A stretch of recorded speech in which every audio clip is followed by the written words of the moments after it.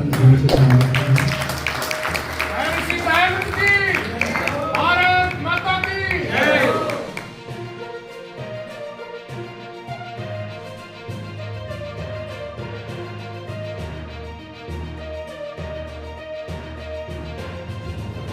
मैं यहाँ पे उपस्थित हमारे जिले के मेंढरगढ़ जिले के सभी प्रबुद्ध एवं प्रतिष्ठित आर्य समाज के सभी उपस्थित बंधुओं को नमस्कार करता हूँ, का स्वागत करता हूँ। सबसे पहले मैं महर्षि दयानंद सरस्वती जी के चरणों में वंदना करता हूँ। आप सबने मुझे यहाँ पे इनवाइट किया, उसके लिए मैं पूरे आर्य समाज सभा का बहुत बहुत धन्यवाद करना चाहूँगा। अभी थोड़े दिन पहले ही हम सबकी मुलाकात खेड़की गांव में भी हुई थी।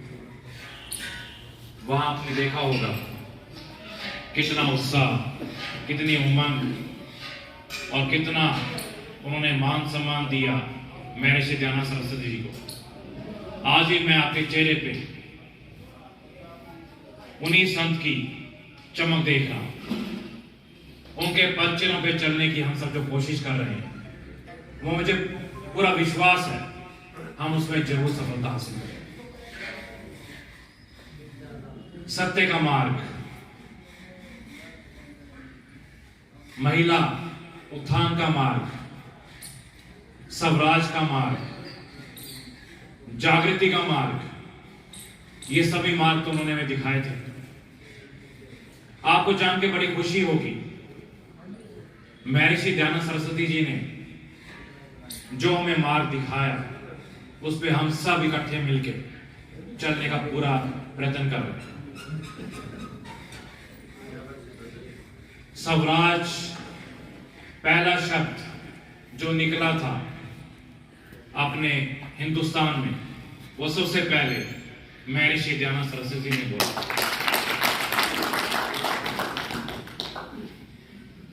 उन्होंने मांग की थी कि हमें आजाद हिंदुस्तान चाहिए, हमें कंबाइन नहीं चाहिए कि आधे में अंग्रेजों का राज हो और आधे में हिंदुस्तान का राज हो।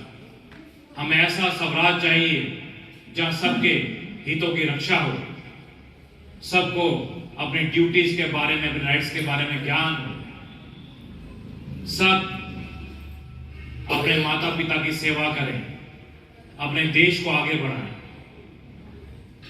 जिस तरह से उन्होंने प्रथम गौशाला की स्थापना की, गौओं के लिए उन्होंने कितना कुछ करने का प्रयत्न किया। उनका एक ही संदेश था कि हम उनके दिए हुए रास्ते को आगे बढ़ाते रहें।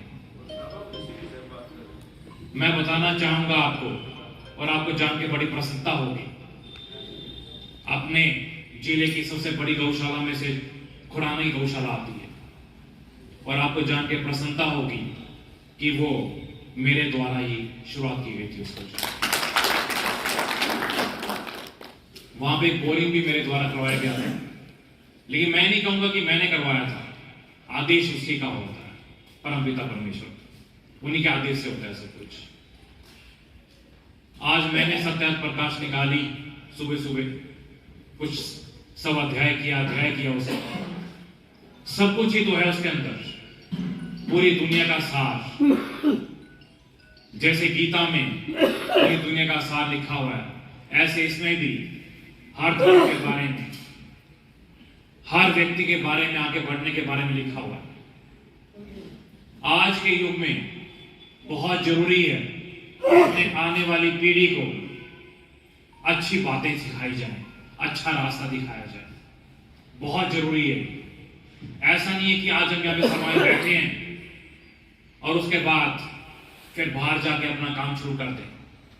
मैं आप सभी से रिक्वेस्ट करना चाहूंगा कि कम से कम भी 1 या 2 घंटे अपने देश के लिए जरूर निकालें। इस समय अपने मेहंदगढ़ को बड़ी जरूरत है अच्छे मार्ग की, अच्छे पथ की, कांटों भरे रास्ते को हटा के फूलों भरे रास्ते पे चलने की। वो सब लोग आप ही पूरा करोगे। अभी आर्य साहब ने बताया किस तरह से हमने अपना पूरा जीवन अपने मेहनत के अर्पित कर रखा है। आप सबको मालूम है, हमने भी शादी नहीं की हुई। हमने शुरू से प्रण लिया था, पूरे 23 साल हो गए कि मेहंदगढ़ को हमें 4 चांद लगाना है। मेहंदगढ़ को हमें विश्व में ऐसा सिटी बना देना है कि लोग दूर दूर से देखने के लिए आए। आप देख रहे थे, पूरे हिंदुस्तान में पहली बारी, पूरे हिंदुस्तान की बात कर रहा हूं मैं, पहली बारी 36 बिरादरी को एक छत के नीचे लेके आए। 27 अगस्त 36 स्कीम्स लॉन्च की हमने।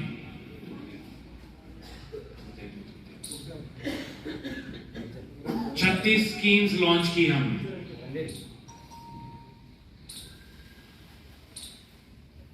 आपको जान के बड़ी प्रसन्नता होगी, पूरे हरियाणा की बात कर रहा हूं मैं, अपने डिस्ट्रिक्ट में हमने कृष्ण जी के नाम का श्री कान्हा पार्क बनाया, 4 एकड़ का, सबसे बड़ा पूरे हरियाणा। यशोमती मैया नंदाला पार्क बनाया, शहीदी स्मारक बनाया, और तरह तरह के अपने लेवल के विभिन्न प्रोजेक्ट्स लेके आए। अभी भी हमने अपने मेहंदगढ़ से वायदा किया है कि 36 स्कीम्स अगले साल से शुरू कर देंगे हम। कोई मुश्किल काम नहीं है स्कीम्स को लॉन्च करने का, क्योंकि आपको ज्ञान होना बड़ा जरूरी है कि स्कीम्स कैसे लॉन्च होती हैं। पंचायत लैंड अपने मेहंदगढ़ में काफी खाली पड़ी है, 1 रुपए लीज के ऊपर पंचायत लैंड मिल रही है, तो लगा लीजिए आपकी जमीन तो फ्री होगी, केवल और केवल कंस्ट्रक्शन का पैसा लगता है, और वो बड़ा इजी है। वैसे भी आप देखते हैं कि एमएलए को 25 करोड़ रुपए डेवलपमेंट का मिलता है। वो जब मिलता है 25 करोड़ रुपए, जब आप स्कीम्स बना के भेजते हैं, उसकी अप्रूवल आती है, जब मिल जाता है 5 करोड़ रुपए स्वैच्छिक अनुदान, उसके बाद 3-4 स्कीम सेंटर से, 3-4 स्कीम स्टेट से 100 करोड़ रुपए। अगर हम अगले साल से हर गांव में 1 करोड़ रुपए लगाना शुरू कर देंगे, तो आप देख लीजिए 5 साल में कितना कुछ हो सकता है। बड़ा इजी है स्कीम्स लॉन्च करनी। अगली बारी हमने देखा अपने मेहंदगढ़ में कृष्ण जी के नाम से कोई भी ऐसा स्कीम, कोई भी ऐसा प्रोजेक्ट नहीं, तो हमने कहा क्यों ना सबसे पहली शुरुआत हम भगवान श्री कृष्ण जी के नाम से की जाए मेहंदगढ़। उसके लिए हमने पैनोरमा, प्लानिटेरियम और म्यूजियम की घोषणा की। इनमें क्या क्या चीजें होंगी, इनमें कृष्ण जी की बाल्यावस्था से लेकर महाभारत काल तक का पूर्ण चित्रण दिखाया जाएगा। ये पूरे हिंदुस्तान में पहली बार होने जा रहा है। पूरे हिंदुस्तान की बात कर रहा हूं मैं। हमने भी बताया कृष्ण जी के बचपन से लेके और उनके महाभारत काल तक का पूर्ण चित्रण यहां पे दिखाया जाए। उसके बाद मैं बताना चाहूंगा आपको शहीद तुलाराम जी के बारे में। उनके बारे में यहाँ पे कोई भी पार्क, कोई भी रेस्ट हाउस या कोई भी मैरिज पैलेस टाइप का जो की चीज होती है ऑडिटोरियम, वो नहीं बना हुआ था। वो भी हमने अनाउंस किया कि वो भी यहां बनाया जाएगा। तरह तरह की 36 स्कीम्स हम लेके आए अपने मेहंदगढ़ को टॉप पे पहुंचाने के लिए, ताकि दूर दूर से लोग पता करें कि मेहंदगढ़ कहां पे है, वहां चलें और वहां पे इन दर्शनीय स्थलों का हम दर्शन करें। अब आर्य साहब ने बताया सबसे पहला हिंदुस्तान का वैदिक ग्राम महर्षि दयानंद सरस्वती जी के नाम से महेंद्रगढ़ में बनाया जाएगा। सबसे बड़ा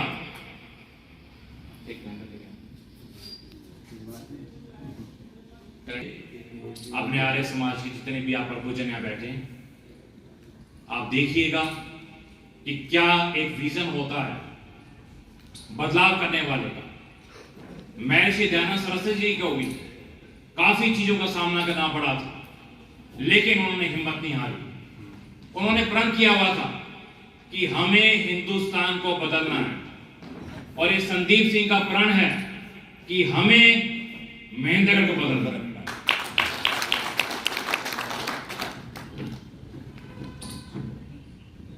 मैं पढ़ के बताना चाहूंगा और उसके बाद आपको कैलेंडर भी दिए जाएंगे।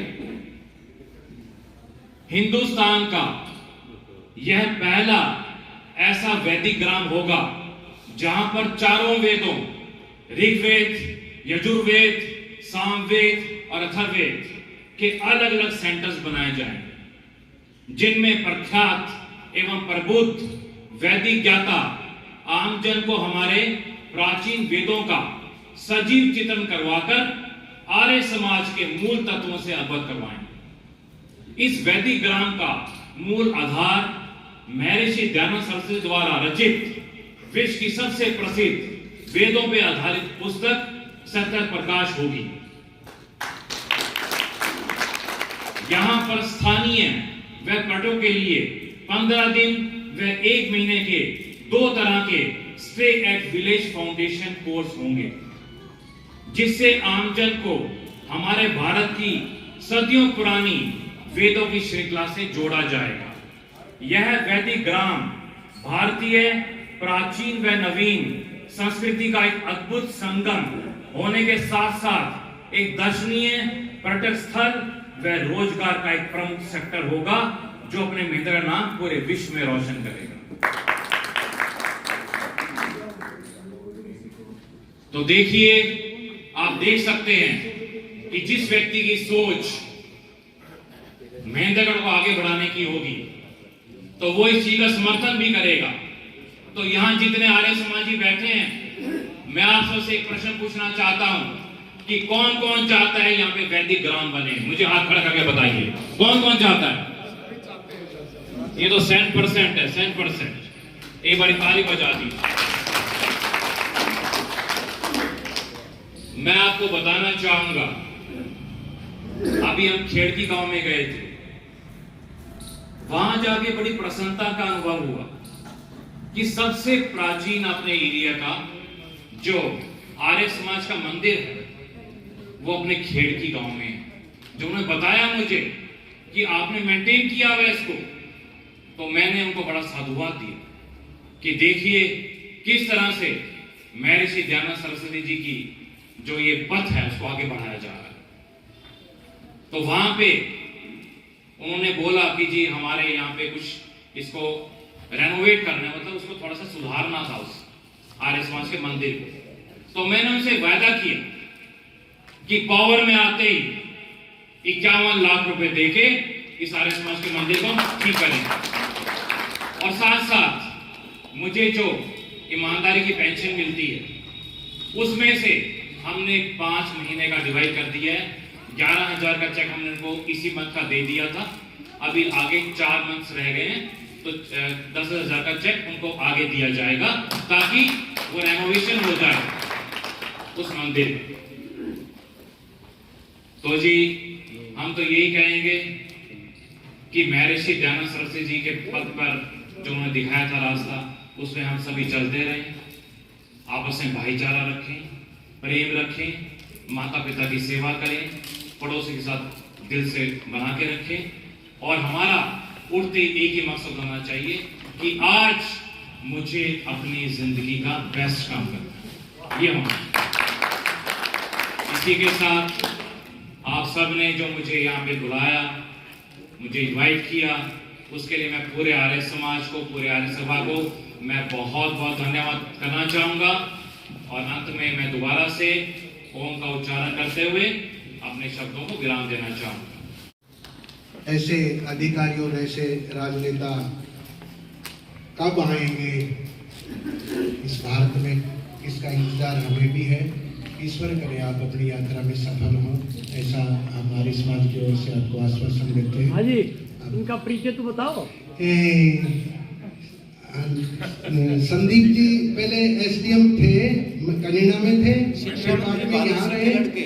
शिक्षा मंत्री बादल सिंह जी के नहीं वैसे, और इनका घर का परिचय आप देखो तो जो शिक्षा मंत्री थे चौधरी बहादुर सिंह जी, उनके सपुत्र हैं, और जिन्होंने राष्ट्र की सेवा हित आजीवन शादी ना करने का निर्णय लिया था वो संदीप सिंह।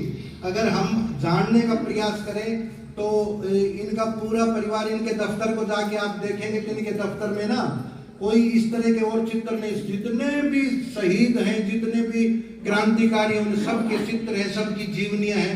तो एक अद्भुत किस्म के राजनेता होंगे अगर ये राजनीति के क्षेत्र में बहुत आगे अग्रसर हुए तो, इसकी कामना हम करेंगे। धन्यवाद जी आपका, हमारे मंच को भी आपने सुशोभित किया, आपका बहुत बहुत धन्यवाद। अब ये सारे हैं, बस ठीक हो गया। प्रेमनाथ जी हमने तो सब हो गया।